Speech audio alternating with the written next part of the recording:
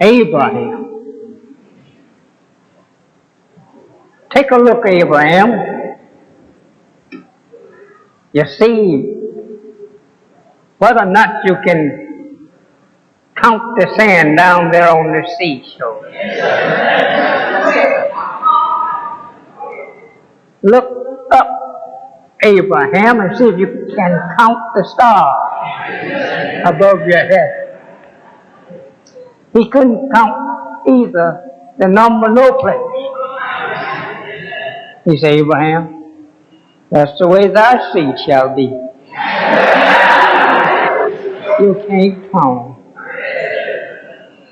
So you know you were looking like I had to stand here a long time to try to count you. Wonderful. Oh yes, I must say this, that my wife, I checked out with her before I left home, and she's doing much better.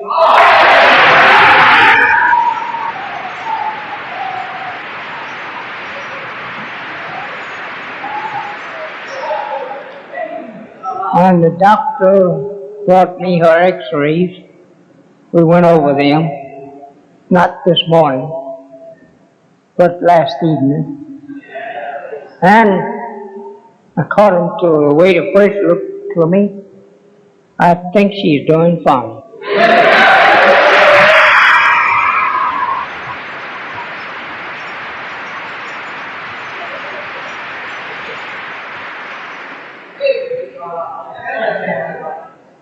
So, we talked with each other this morning, and I know her voice was sounding good, and I told her that our Lord, He's a mighty fine doctor.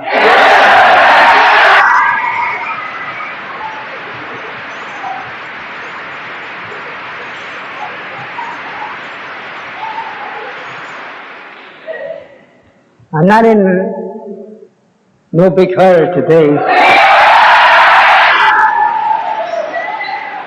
because you can't tell me. I know you're not going to wait much more. I know you're going to be home sitting down. So why not sit down here and let's talk it over?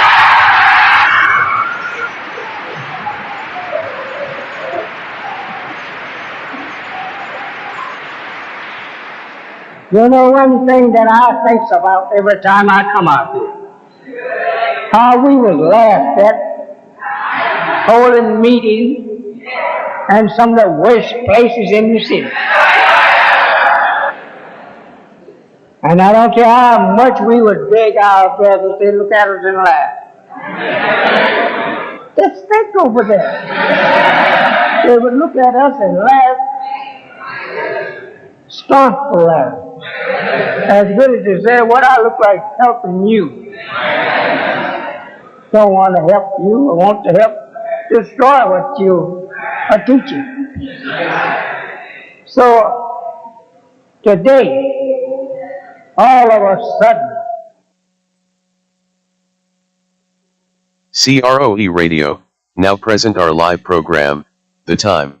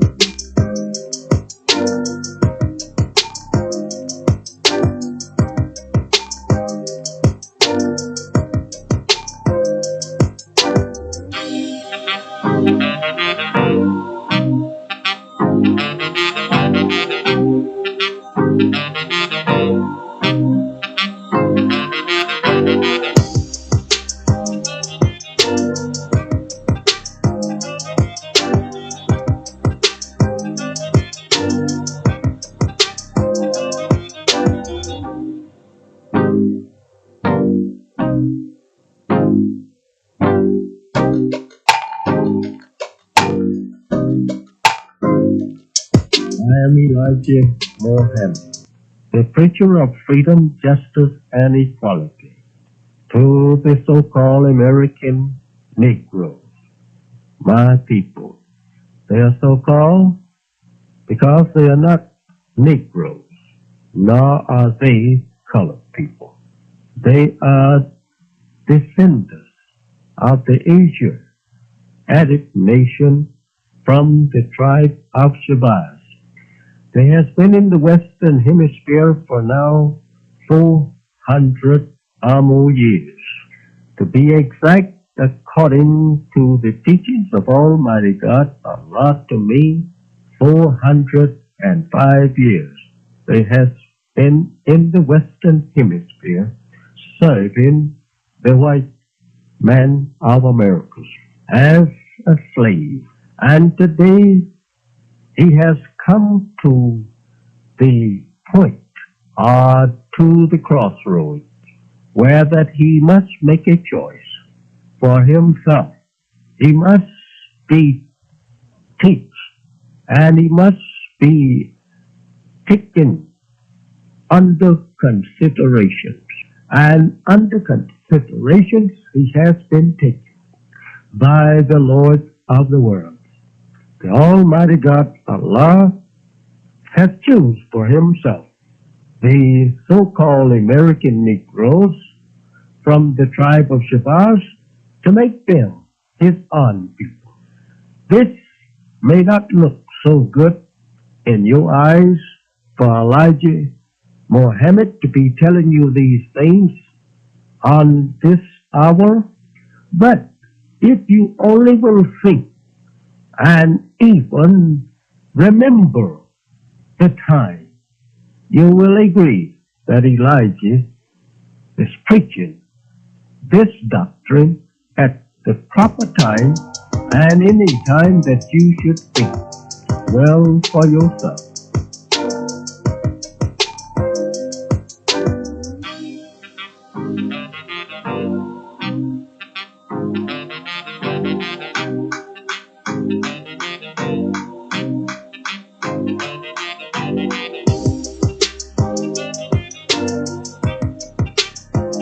Assalamu alaikum. This is CROE Radio, an extension of CROE Media. This particular broadcast is called The Time, where our mission statement is to bring you into the knowledge of the time we are living in and what must be done via the teachings of the most honorable Elijah Muhammad. Before we begin, we'd like to encourage our listeners to follow the CROE Radio Facebook page whenever we go live or post a show. This is an interactive program, so feel free to call. That number is 773-681-9900 to join the discussion with your questions and comments. I would like to take a quick moment to thank our participants, which are Legacies Men's Boutique and MacArthur's Restaurant on the west side of Chicago. I'm your host for this afternoon's broadcast, Brother Yosef Asiel, and today's topic is looking inward. What's next? Before I introduce my brothers who will be co-hosting this beautiful broadcast with me today, I just want to reflect on what we heard before we started this broadcast, the most honorable Elijah Muhammad. And he spoke to the black man and woman in the hills and the wilderness of North America being chosen by Almighty God Allah to be the choice of God, in particular in this dispensation of time, brothers and sisters, for God to come and fulfill his sacred prophetic promise to us, the lost found in the wilderness of North America, is the greatest blessing and gift any people can receive. For who can we trace back a more evil and wicked act being placed upon any people unlike the one that the black man and woman has faced here in North America? You have been made to be nothing by the hands of the white man. A slave, beast of burden, your name, your language, your history, your culture, your identity stripped from you so that you would be nothing to be thought of, or nothing that resembled what you were before. Lost amongst the nations of the earth, a tool to be used to build their world, as you are as far from your own as east is from west. But then God came, and not only did he come to show his perfect love and his omnipotent power, he raised up a special one, that being the most honorable Elijah Muhammad. And we're eternally grateful for that one, because we would not know God if it was not for him, that man being the most honorable Elijah Muhammad. So I just wanted to start, because what I will share, what my brothers will share, is only significant, only relevant, only pertinent, only life-changing and elevated because we get it directly from the most honorable Elijah Muhammad, who got it directly from Allah in person. And so, again, we don't try to trifle with these words or take them lightly. We know when we are representing the messenger of God that we are representing God himself. And so we do our best to stay within that frame, within that line of thought, that which was given to us by the most honorable Elijah Muhammad, because our lives are a living testament of his saving power and grace. So, assalamu alaikum, brothers and sisters. I want to thank my brother Emmanuel Omar for joining me today to have this beautiful conversation of how we will use the messenger teachings to continue to not just save our lives, but to be a light to our brothers and sisters. So thank you very much, brother. Any comments? Well, that was a beautiful opening that you gave. You know, we love the messenger. We're very happy that he came. And I really can't add to no more than that opening, brother, you know, because I don't want to have to water it down. That was great. Thank you very much. And my other brother, I don't want to say crime, but my partner in this life, brother Ishmael Muhammad, one who I'm very fond of and appreciative to be on this journey with. Assalamu alaikum, sir. Wa alaikum salam. Any comments, brother? Got a nice little tan, brother. You ain't been nowhere, maybe. Yeah. Thank you, brother. Yes, sir. I appreciate that. I always appreciate a little melanin. Yes, sir. It's a privilege, to have such a thing as colorism and be light skinned. Yes, because it allows me to move like Master Fard Muhammad, being undetected in some cases. So it has its place. Yes, sir. But I always appreciate when I'm able to get some melanin. Yes, sir. Just to prove that my body can hold it. Yes, sir. But I would say that the Honorable Elijah Muhammad produced a book called Fall of America. And in that book, looking from the title, it's a image of America burning.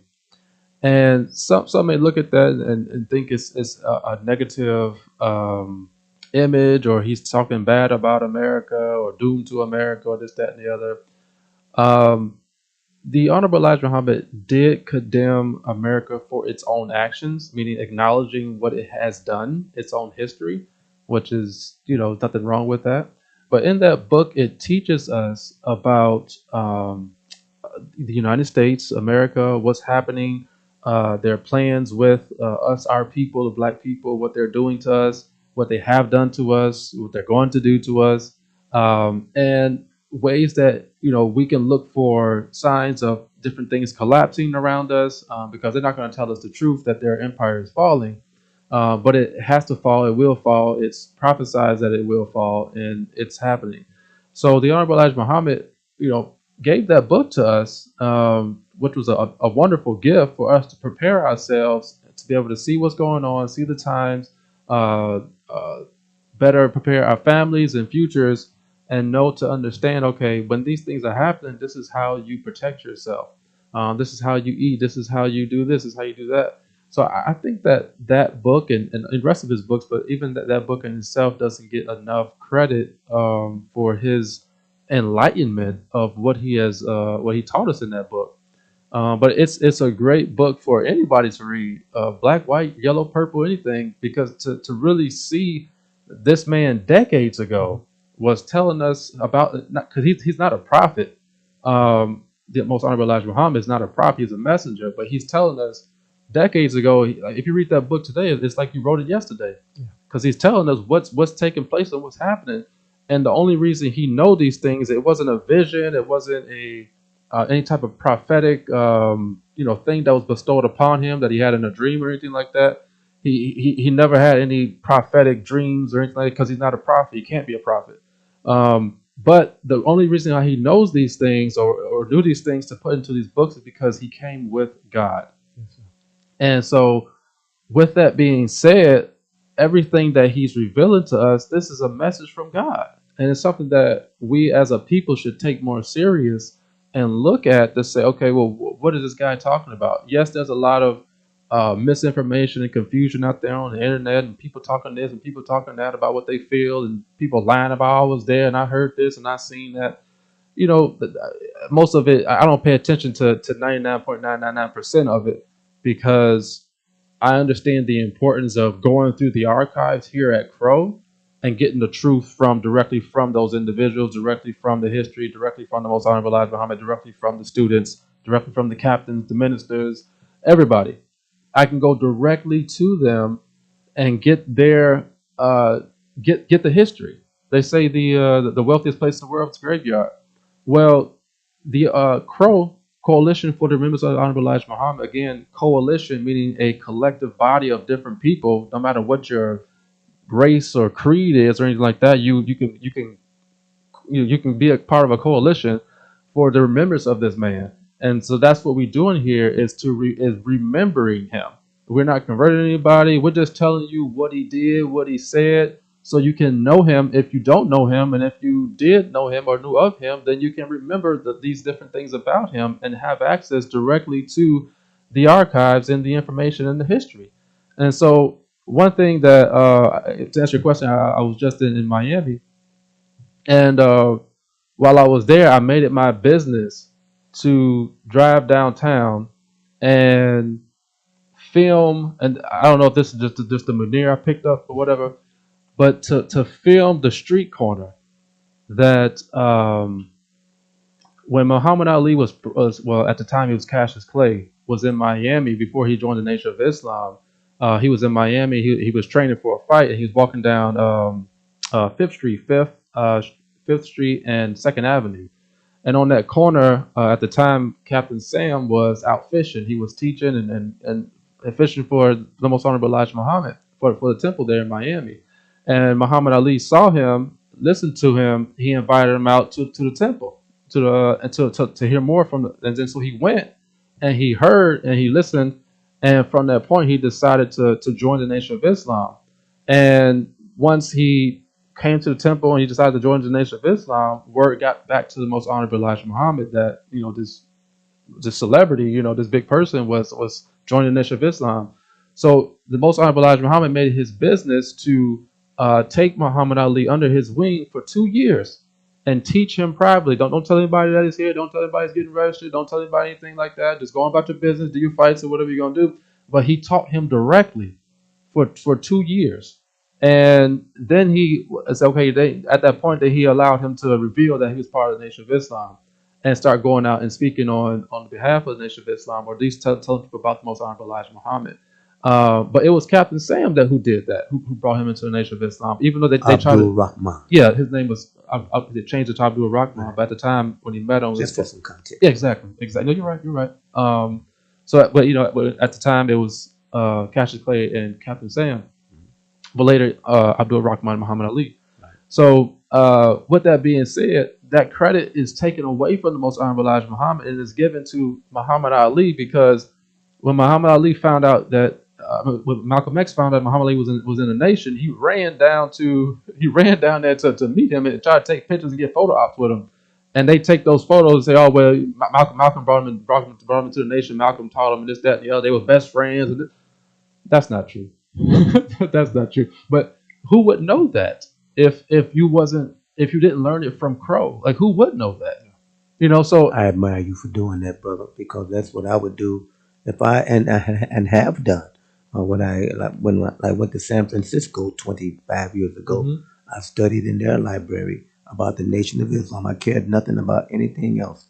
So I'm really proud of you for doing that, brother. Thank you. You're welcome, brother. But that to retrace those foot, even though that corner looks a lot different from decades ago, but to retrace those footsteps and to commemorate what this organization has instilled in me over the years, and to appreciate this history and to appreciate, because Muhammad Ali is my favorite minister out of all of them in the Nation of Islam. It's not because he's charismatic or just because he's a boxer or anything like that. I don't really know a lot about his boxing career. I know he was a great champ and this, that, and the other. Reclaimed the title and everything. He's one of the greatest in his skill. I watched some of his fights, but I mostly know him for being courageous enough to sacrifice himself for the cause of his people and his career and everything else for his people, and that made him the greatest in the world. That made his name echo around the globe and made him the most popular athlete or whoever in the world. Even till this day, he's the most known name in the world till this day because of the most honorable Elijah Muhammad. If he was Cassius Clay, he'd just be just another name, just another bucket, somebody else that went down and did some fights. But because of the honorable Elijah Muhammad, what he taught him, and what he instilled in him, and what he went around the world with, what a smile, and called the people the devils to them faces all through Europe and everywhere else. And he taught his people on the street corners, on TV, from the ring corner to everywhere else. I will never forget when he won, we won the title, and he was sitting there beat up, and he was, and they said, "Is this the greatest moment of your life?" He said, "No, the greatest moment of my life was when I met the most honorable Elijah Muhammad." Mm-hmm. He stopped in his tracks from winning the championship. He had all them cameras in his face, microphones in his face. Everybody wanted to talk to him and congratulate him. But he knew, he stopped in his track. He changed the tone of his voice, and he made sure that we knew that the greatest moment of his life was when he met the most honorable Elijah Muhammad. And that is why I love Muhammad Ali. And I would not know these things if it wasn't for CROE. If I didn't come to CROE, if I wasn't invited here, if I didn't stick around, if I didn't take the time to listen and learn from all these brothers and really appreciate my Black history. This is Black history. It's not just Nation of Islam history, but this is Black history. This is all of our history. And I would not have this history if it wasn't for CROE. So that's, I just wanted to open up with that. Yeah, I needed to hear you say that. I needed to get an update on your trip and see that you was not just down there, wearing your Miami Vice shirt, but that you was down there looking for some facts. And that's just great, brother. I appreciate that, man. I salute you for that, brother. I really do. Yes, sir. That's all. Again, if you're listening in the audience right now, the number is 773-681-9900. I want to just remind the people out there the passion that you just heard our brother Ishmael speak from. The reason he can resonate with those profound words from Brother Muhammad Ali is because Brother Ishmael, Brother Emmanuel, myself, and I believe unequivocally so, every member of CROE feel the same way about the most honorable Elijah Muhammad. It may have not been one particular moment, but over time, us getting to know the messenger, it has become the best moment of our life, the best decision we've ever made, and the best decision that we will make in the future as long as we hold on to that beautiful man's garment. And why are we saying that? Because we're looking out into a world right now, and I promise we're going to get to our subject, but this is laying the foundation. And Brother Ishmael said something that is compelling me to just add this little bit. We're looking out in the world right now where too many of our people are despondent, are disoriented, are suffering from delusions due to the fact that they still are trying to find some semblance of hope within this American system. But the reality is that there is no hope. There is no promise. The Black man and woman are not Americans. No, you are the foundation on which America was built. Your literal back, blood, sweat, tears, toil, your very lives, the lives of many generations. But you're not American because you wasn't meant to be American. The most honorable Elijah Muhammad, through the knowledge that was given him directly from God, produced a nation for us, the promised nation of God, where the Black man can be the Black man, where the Black woman can be the Black woman, and we can produce Black children that will be gods on this planet again. What I'm saying is that to sever our connection or to even to diminish the connection between us and the most honorable Elijah Muhammad is likened unto death. And the reason we can speak so passionate because the very life that we have, not just our physical lives, but the spirit, the energy, the momentum, the audacity is rooted in the love that the most honorable Elijah Muhammad has given us for self and kind. The answer is unequivocally, Brother Emmanuel, the teachings of the most honorable Elijah Muhammad. The answer is unequivocally, Brother Ishmael, the teachings of the most honorable Elijah Muhammad. That they can take a man from being a boxer, and you're right, amazing. I studied him from a fighting standpoint, his footwork. Bruce Lee said he studied Muhammad Ali's footwork, his skill, his agility, his unorthodox style that nobody had up until that point. But none of that would have put him in the annals of history as the greatest. It was his bold stand that was rooted in his fearlessness that was given to him by the messenger of God. That he would go up against the American government and say, to hell with your Vietnam War. No, Viet Cong has never done nothing to me. But you have. When all of the previous boxers and world champs were mutes when it came to any political, social, or racial issues. So what I'm saying is that you want to do something for self. You want to, if you have some talents and you are helping out people, we thank you.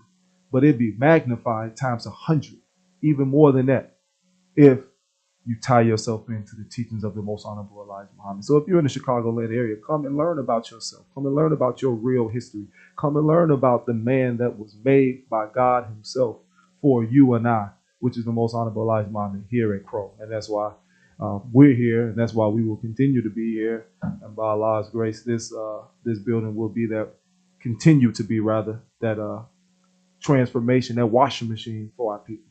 But let's go to the news. We're in a predicament right now, Brother Emmanuel Omar, where Trump has passed his big, beautiful bill. It seems to pass both the Senate and the Congress on Capitol Hill, and it's making a lot of shockwaves throughout the country because one of the things in particular that seems to be a concern for most of our people is the Medicare and food stamps and a lot of these social services that have been the bedrock of American society for a number of decades. And what we're seeing is, as America is literally being curtailed on both ends through the weather, it is now eroding from the inside. And we're seeing a lot of the foundational bedrock institutions that have sustained America and the people in America for so many decades are now being dismantled in real time. I want to ask you, being somebody who was not just a participant in history, but one who has studied history thoroughly and succinctly and kind of can trace when this thing went, further to the left than it is currently. What would you say does this mean for our people going forward? And again, how do we tie that back into the most honorable Elijah Muhammad and what he has given us as the solution to what America is doing right now from the inside with the destruction of their own system and their institutions? Yeah, yes, sir. Those institutions that have been formulated and for us to help us with like food stamps and Section 8 and you have it, but you name it, schools, all that stuff is being dismantled for the purpose of making more chaos in the black community. The messenger said for us to do for self. And whenever we did do for self, we did pretty good. But to assimilate in American society and then get lazy and off the benefits of, like I said, food stamps and things like that. Now that it's being taken from us, it's like, what to do? Where are we going to go? And it hasn't hit yet because he's just talking about it right now. And some of it is developing slowly. But at some point, it's going to be like the snowball rolling down the side of a snow-covered hill. It's growing. And we're going to find ourselves at odds in this society, and they have a plan for us. They have a plan to get rid of us. And what and they're going to do it slowly and perceptively, like they've been doing it. I've seen black people, young black people, dying, from ill health effects, and not only that, the police, they've been given a free reign now. Donald Trump said, "Go, unleash them," and so they be getting really, really bodacious in how they're more bodacious, I should say, how they mistreating black men in particular, but even black women. So we are in a dilemma here, a rock between a rock and a hard place. The hard place being America, and the rock being Almighty God, Allah, and His Messenger. And who the rock falls upon shall be, whoever falls on the rock shall be dashed to pieces, but whoever the rock falls upon shall be grounded into powder. This is the great dilemma that we have. We can go with our messenger and be free and happy and be the people that he has chosen for the kingdom of God, or we could stay with his enemy and be destroyed right along with the destruction. And this is just plain as this is just what it always has been. God has always destroyed his enemies, Well whether said. they be Egypt or Babylon or any of those places. You have to make a choice today, right, Brother Ishmael? Yes, sir. And we got to make a choice. We got to make sure we make the right choice, because the messenger said, "Unite with me or suffer the consequences." Wow. Brother Ishmael, I want to go to you. Financially, what does this mean? Socially, economically, what does this mean? I know you're very apt and steep in finance, and you understand economics better than most. What is their strategy? Because I know how they're presenting it like this is going to be almost like a one size fit all solution for all the economic ills that America is suffering. It's going to lower the debt. It's going to lower the interest rates. It's going to increase the economy. It's going to allow Americans to be back into a state of perceived flourishing. And the reality is that's probably not the case at all. It's probably going to do more. It's not probably. It's looking definitely, if everything on paper is what it actually is, it's going to be more detrimental and devastating than it is anything of a benefit. But what do you say that you see is not being said? And again, how can black people kind of subvert that reality affecting us? Well, one, that there's a lot of gaslighting going on, a lot of lies, straight out lies. But one thing that the most honorable Elijah Muhammad said, I go back to just the messenger's books, especially Follow America. He already told us that we're to a point. He told us decades ago that we're to a point that the United States of America can no longer carry us, can no longer keep bankrolling us and keeping us this spoiled. What do you call it? Was that Lazarus at the gates of the king? We can't keep doing it. So it's getting to that point now where it's a breaking away, and they got to make decisions and cut their losses. The point of these social programs or socialism is to curtail uh, the rapid destruction or decrease of a population of a people. So it was a safety net to curb crime, to pacify a certain group of people, because the majority of recipients of welfare, food stamps, Section 8, this, that, and the other are white people. That's on record. Even though we are the face of the poor, downtrodden, lazy, this, that, and the other, every other adjective that they want to give us, they make us the face of it. But majority of we are a smaller percentage of people who actually benefit from these resources. Even if you look at Chicago over the last, I want to say what happened in my lifetime, in the last 3 decades, they tore down all the projects. and now they're building these nice homes and communities and townhomes and condos everywhere. And what does that mean? Like, what is all this stuff? What is this telling you? So one is that the more they are able to, especially when it comes down to black people, that there's no under no circumstances can black people ever rise, whether it be with their help or without their help. Even if we're just helping ourselves, it is their initiative and in their best interest that black people never rise. And when I say rise, I don't mean rise up against them or try to overtake them or try to hurt them or do anything with them or whatever. Go take whatever they have. That has nothing to do. That's not what I'm talking about. What I mean, rise to the state of a civilized human being. That's what I'm talking about. Rise to the state of having a civilized mind and a civilized way of raising your children, a good education, good health care, legal and stable means and good enough means to be able to provide for yourself and what the Bible says, provide for your children's children. That's something that we do not have. As individuals, we are granted those things through permission of them.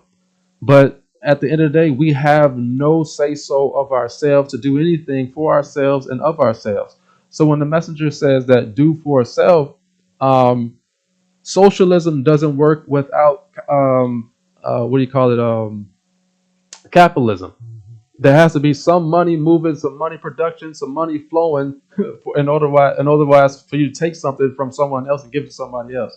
So it's getting to a point where they have done so much damage at the top fiscally that they have to just sweep out the people from the bottom. And no matter who comes into this country, no matter what state they come in, if they come in as criminals, if they come in illegally, legally, poor, rich, or whatever, uneducated, educated, they will always be on top of the black population in this country, no matter how many master degrees you got, no matter what your job title is. That poor immigrant from South Asia that has no education and probably got some type of disease, something like that, is above you. And you need to understand that. They are above you. All of them are above you in society and anywhere else that you want to go. So, and why do I say this? What am I talking about? Um, when it comes down to what the most honorable Elijah Muhammad taught us, and I say rise up, it is. He said it's inevitable. Like it has to happen. The rise of the black man. This is not some takeover of America or trying to overthrow the government or something like some wild, crazy stuff like that people try to put on us. But it is time for us to rise. And it's part of us to be, it's time for us to be part of the civilized society. And what I mean by that is it's more than just speaking the king's language well, or being able to read or have a job or be a politician or something like that. It's about having kingdom.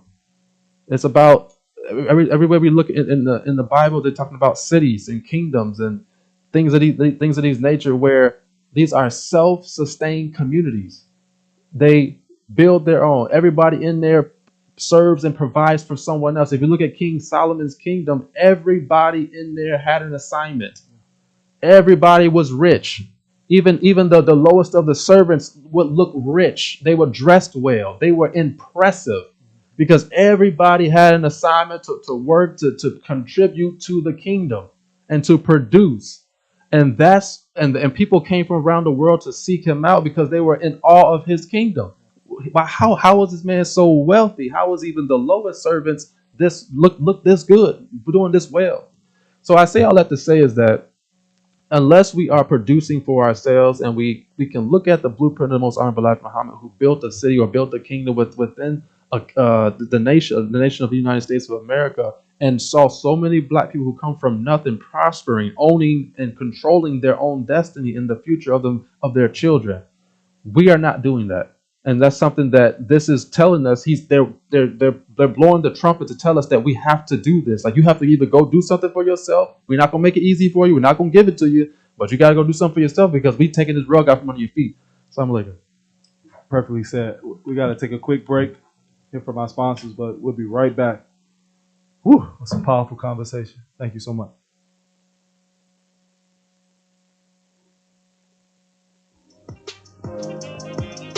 Well, it's a beautiful weather outside and you are still listening to CROE Radio. That's great. Now, Muhammad Speaks we are Radio listening is Deaf hosted Night, by Brother The Minister Time, Wasim Anno Muhammad, Domini. the Delaware Valley representative of the Most Honorable Elijah Muhammad. Muhammad Speaks Radio airs every Tuesday at 8 p.m. Eastern Standard Time on WTMR. You can listen to WTMR locally in the Delaware Valley on 800 on your AM radio or by streaming WTMRradio.com or listening to WTMR Radio on the TuneIn or iHeartRadio app.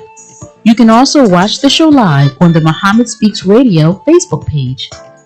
Listen to Muhammad Speaks Radio to learn how the life-giving teachings of the Most Honorable Elijah Muhammad are being implemented to awaken the black man and woman in Camden, New Jersey and beyond. Be sure to tune in every Tuesday at 8 p.m. Stop by Legacy Men's Boutique in Bronzeville and treat yourself. You deserve it. No matter what your destination, Legacy has got you covered from business to classic cool. They have neckties, socks, shirts, jeans, shoes, and top it off with a suit and a top coat. It's an experience you'll truly enjoy. It sure feels good to shop and support a black-owned business. Legacy Men's Boutique is in the heart of Bronzeville, 107 East 47th Street, or visit their website, legacymensboutique.com. Shop on by from Legacy Men's Boutique. Quality clothes and accessories at thrift store prices. Legacy Men's Boutique. Nora Speaks is a weekly podcast that tugs at the soul and consciousness of the Black community. With show topics such as youth empowerment, education, women's impact, and civic engagement, Nora Speaks challenges the listener to not only join the movement, but be the movement. On the show, you'll learn from insightful guests who have demonstrated capacity in these fields and more, and I am your host, Nora Muhammad. Listen to Nora Speaks streaming on Apple Podcasts, Spotify, Google Podcasts, or wherever great podcasts are heard. Visit noraspeaks.com or follow on Instagram, Facebook, or Twitter at Nora Speaks Podcast.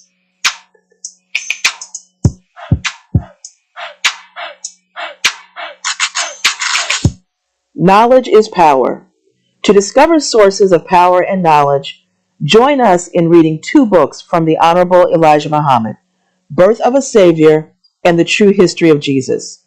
The Birth of a Savior details the birth of this God, his name and his purpose, what he would do and how he would do it.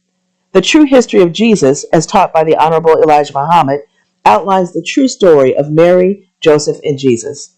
These two books and more of the plain truth, as taught by the Honorable Elijah Muhammad, are waiting for you at CROE, the Coalition for the Remembrance of the Honorable Elijah Muhammad, 2435 West 71st Street, open 7 days a week. We encourage you to take the time to visit us and learn more about the Honorable Elijah Muhammad's teachings. We hope to see you soon.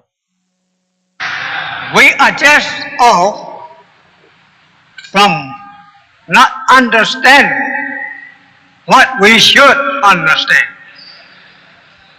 Being carried away with the devil's teachings, our imaginations, and a formless thing from formless ideas. We must get away from that now and come into reality. I don't blame the devil for trying to hide himself as long as he could. He even goes so far as to say in the Holy Quran, of you that believe in righteousness, that he had no authorities over you. He just called you and you come. You were scared to disobey. But the little man speaking to you from this rostrum does not fear to disobey you. If he invites me to that which is other than truth and righteousness, I will disobey him. And then tell me, now make me to obey you. God have taught me so thorough the knowledge of the devil that I'm not afraid to tell him to go jump in the lake.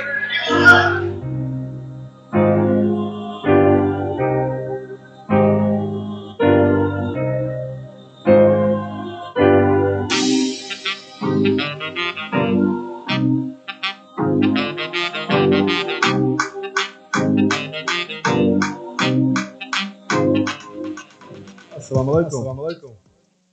Remember, you can stream CROE Radio at CROEradio.net.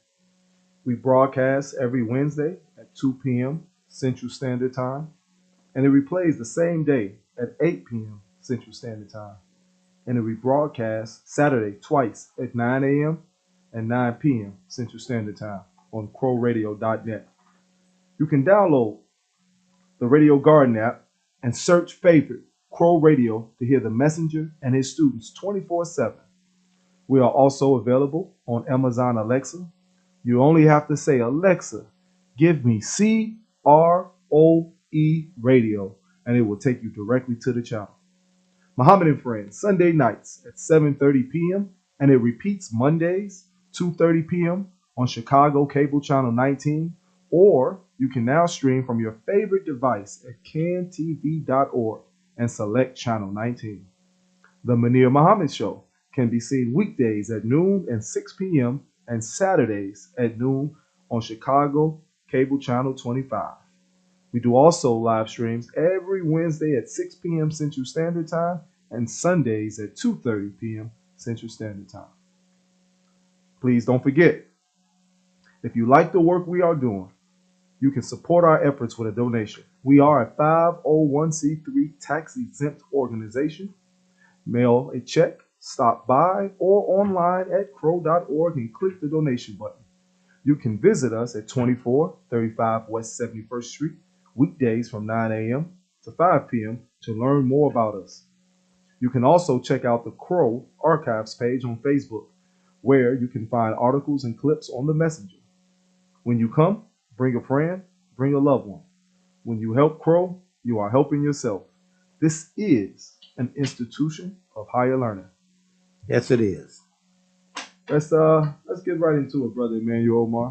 The messenger said, you don't have no problem telling him to go ahead and jump in the lake. And Right. And he mean a lake of fire. And the lake of fire, Lake Michigan. Yeah.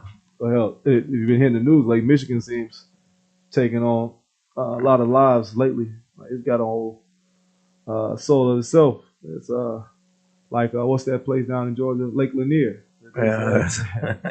But funny you mentioned that. I was watching on YouTube that people were saying, don't swim in Lake Lanier because it is a town or something that has been flooded underneath their graveyard and stuff. Black town, absolutely. Black graveyard, and it's sad, but that's not the only place. I saw where others have been flooded out, where they know that black people that established, enclaves and little villages and townships just flooded out, opened the floodgates, drowned them niggas, you know what I'm saying?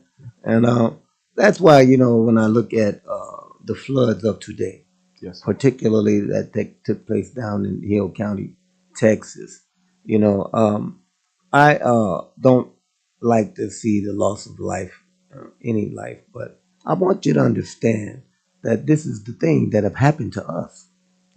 Purposefully flooding our towns, even when there was no rain.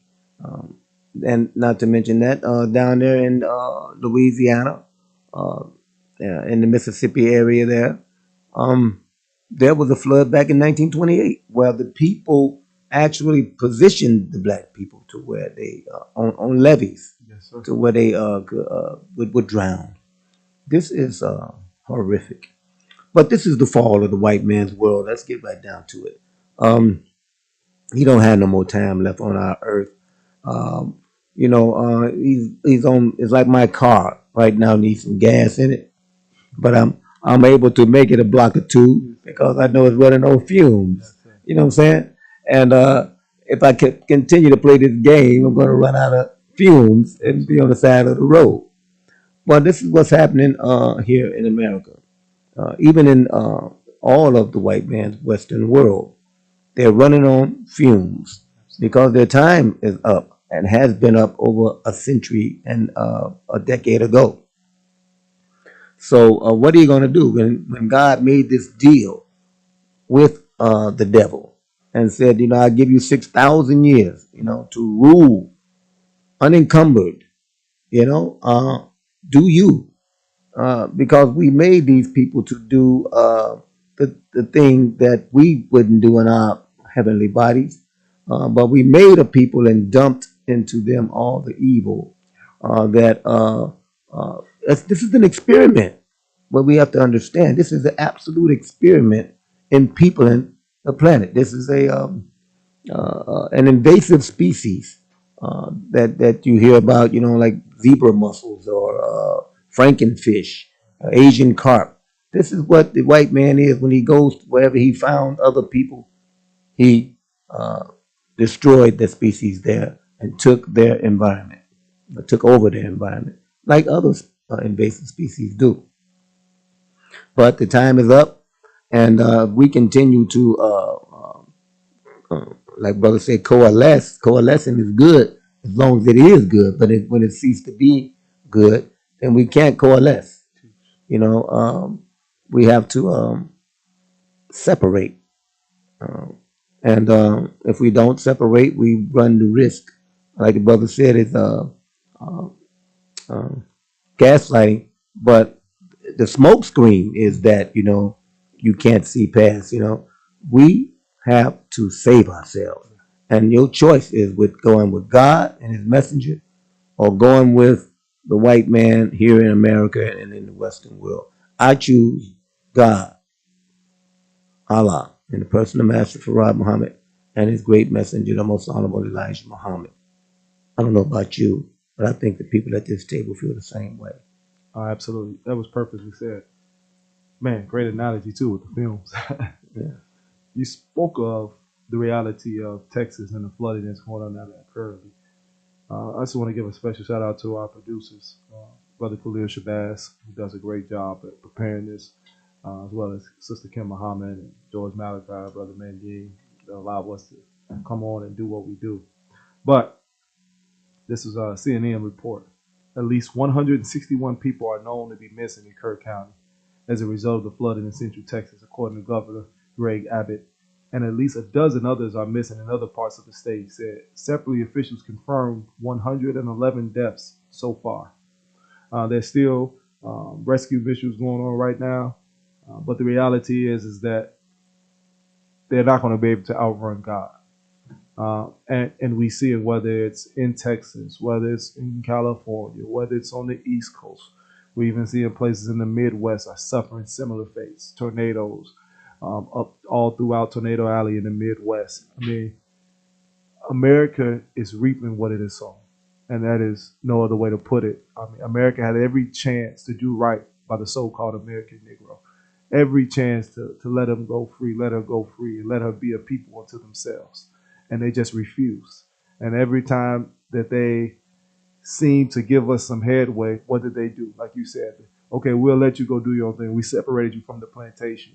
And then as soon as we got amongst ourselves and started to prosper, they came and decimated our people, destroyed our communities, raped, pillaged, plundered, the same thing they did when they came to Africa and taking us from our lands. So we're seeing that reality happen tenfold. But man, Brother Ishmael was kind of speaking. I kind of wanted him to kind of give a little bit of an in-depth analysis of what you think prophetically is happening with that. We were talking about Mexico City and some of the riots that have been going on and how it's not unique to Mexico City. It's the closest, but what's happening down there is similar to what's happening up here. They're saying, hey, immigrants go back home. Just like the so-called white man or the white man is saying to what he believed to be the Mexican to go back to Mexico, go back to those countries. The Mexican is saying to what he called a gringo, go back to America. and somehow the Negroes getting caught up in between both of those situations, and always being treated with no regard at all. But Ishmael, what do you see that as? Not just America losing its friendships around the world, but the instability globally that a lot of us felt that we had even outside of America, that we can go run to somebody else's country and somebody else's world and we'll be received because it's not America. Is that a viable option for the black man and woman, or does he have to really truly do for self and carve out a piece of this earth for himself? So teaches the most honorable Elijah Muhammad. Something like so. A lot of the policies and actions that America is taking, the government is taking, is to consolidate control of the masses to a smaller group of people, to prolong the empire's life or its existence. And so, if we look at Cuba, what happened in Cuba with the mob, look at what happened in Puerto Rico, how they just man, the stuff that they did to the Puerto Rican people is just, man, it's evil. I mean, obviously they're just evil to us too, but man, the stuff that they do there. But when America started going down into Cuba, they were mobsters building businesses, casinos and restaurants and different stuff like that, and operating all these businesses down in Cuba, making all this money, and they was taking that money and sending it back to America.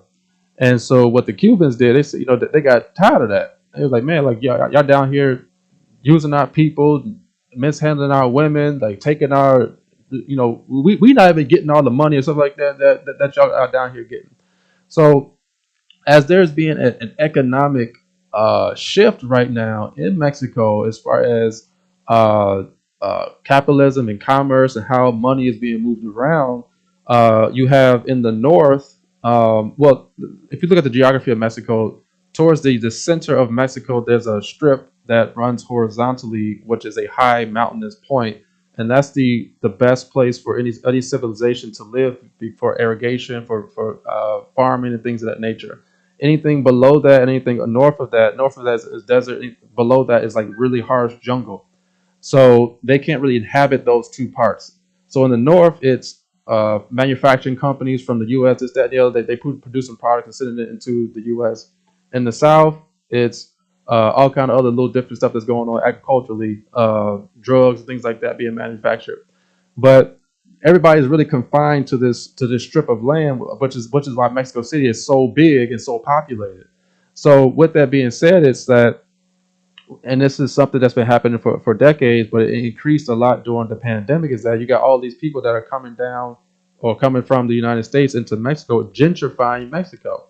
You have government and you have developers, people coming in that are moving Mexican people out of their own homes, their own places, businesses, so they can make room for Americans.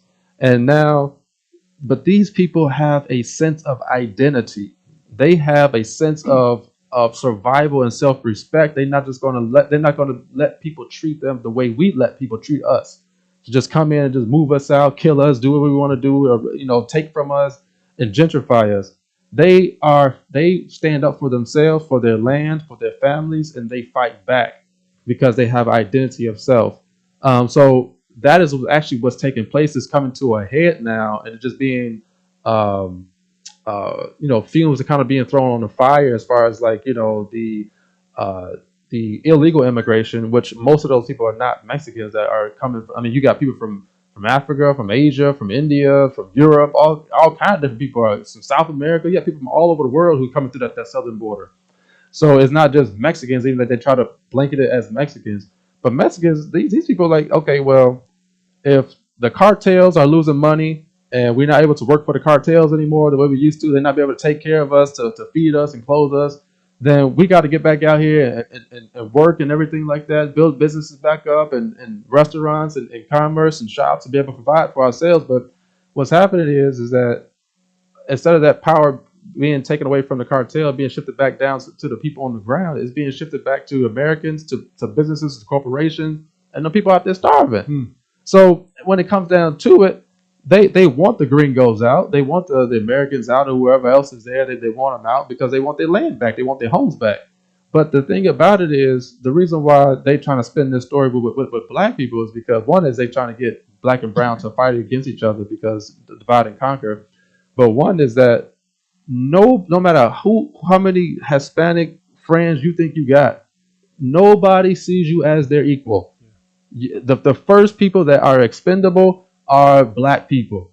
That's how Malcolm X's son got killed down there gambling. Yeah. Because they didn't care if you Malcolm X's son. They don't care. You a nigga and you are expendable. And that's it. What happens to the people that killed him? I still don't know what happened to Nothing. Did they find him? Nothing. All we know is that he also Smacked on the hand. right. Like nothing happened to him because it's a black life. And I said this before: black lives don't matter because black people don't own nothing. We don't control nothing. We don't have no industry. We have no power because we have no wealth. And so that's what it comes down to. They want their power back. They want their wealth back. They want their land back. And they want to be able to control their own destiny in their own country. So they have a right. I agree with them. Kick them out. That's your country. That's your land. That's your future. Kick them out. Get rid of them. Why not? What sense would it make to let them stay there?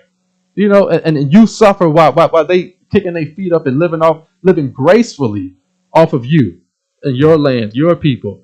Like, come on, man, that's crazy. And so, black people, we can learn something from this. Yeah, I agree. But the rub that I have with Mexico is that we have about 1.5 million to 2 million Afro Mexicans down there. They are mistreated. I wouldn't say killed or murdered, but who knows? But the bottom line is that for decades and decades and decades and decades, they were not counted in the census, as though they don't even belong there. They just getting along in their own little neighborhoods and enclaves, and they proud to be black, and they proud to be Mexican.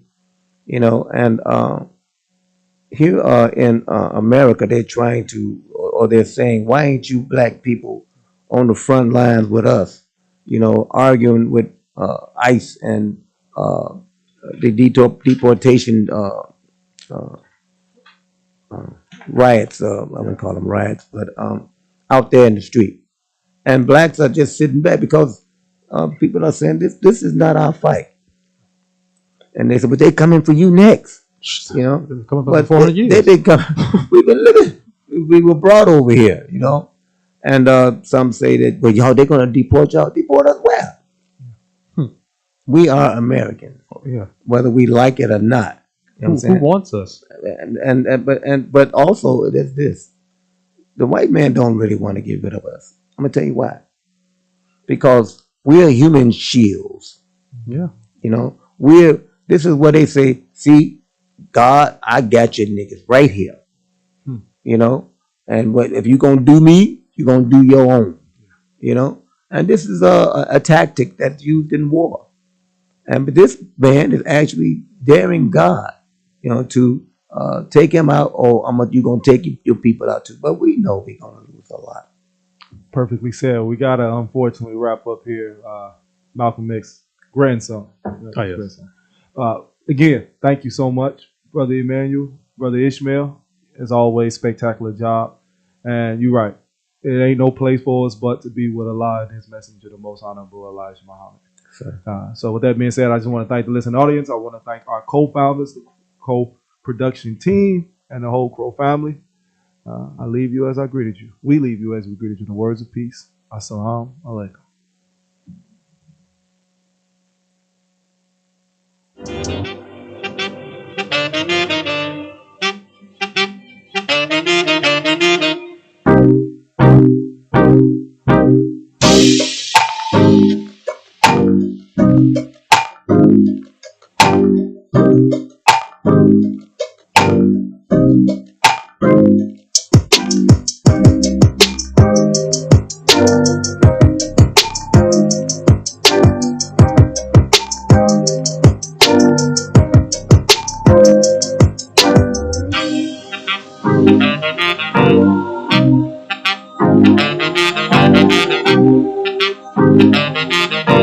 Live from NPR News, I'm Lakshmi Singh. President Trump's targeting more countries with new tariff rates. We're going to have a couple of more